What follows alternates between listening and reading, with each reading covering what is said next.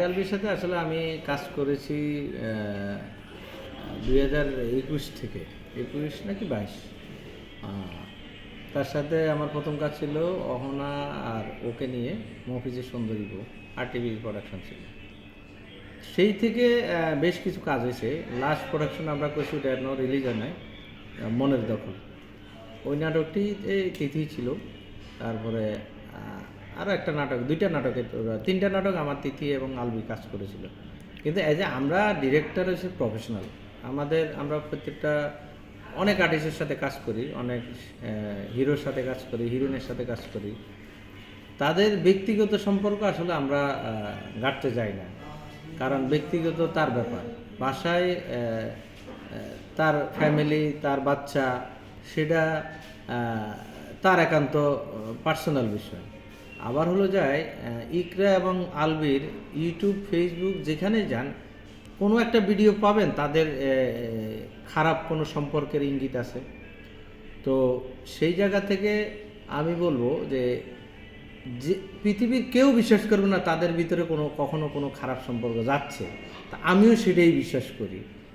আর তিথি আলবির ব্যাপারটা হলো যায় আমাদের সাথে কাজ করে, সে একটা জুটি।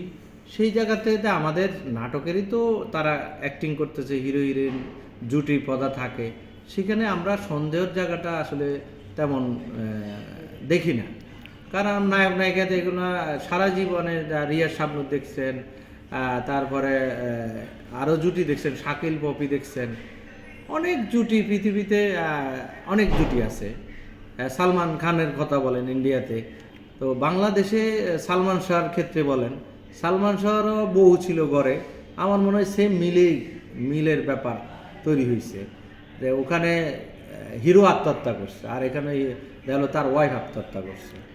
তো এখন আত্মহত্যা করার পরে যেটা আমি ঠিক 2 ঘন্টা পরে আমাকে একজনের মেসেজ পাঠাইছে, স্ক্রিনশট পত্রিকার, যে তখন তো আমি একেবারে টাসকি খেয়ে গেছি, কিরে ওরা আত্মহত্যা, ওরা এত সুন্দর ওদের ফ্যামিলি। আর আলবি হলো যে তখন নেপালে, যেটা আমি জানতে পারলাম, শুটিংয়ে গেছে, আমাদের অনেক আর্টিস্ট কয়েকজন মিলে গেছে।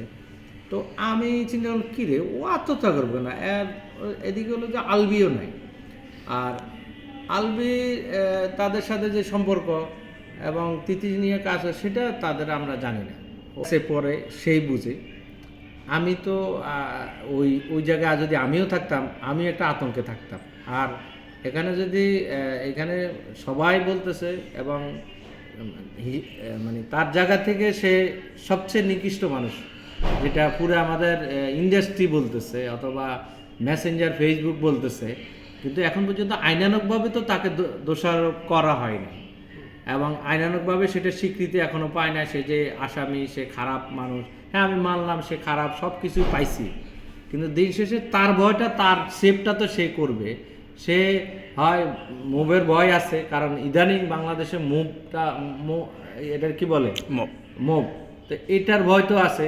আর ইনস্ট্যান্ট যখন সে দেশের বাইরে আছে, তার ওয়াইফ মারা গেছে, আত্মহত্যা করছে, সেটা এখন নর্মাল যদি হইতো সে আমার মনে হয় চলে আসতো। আর সেখানে যখন সে এখন সেলিব্রিটি, তার ওয়াইফ তার সাথে ঝগড়া করে, মারামারি করে হোক, যেভাবে হোক সে মারা গেছে। এখন যদি অন্য কেউ মারতো, এটা জালো যে স্বামীর গায়ের উপরে এসে পড়তো।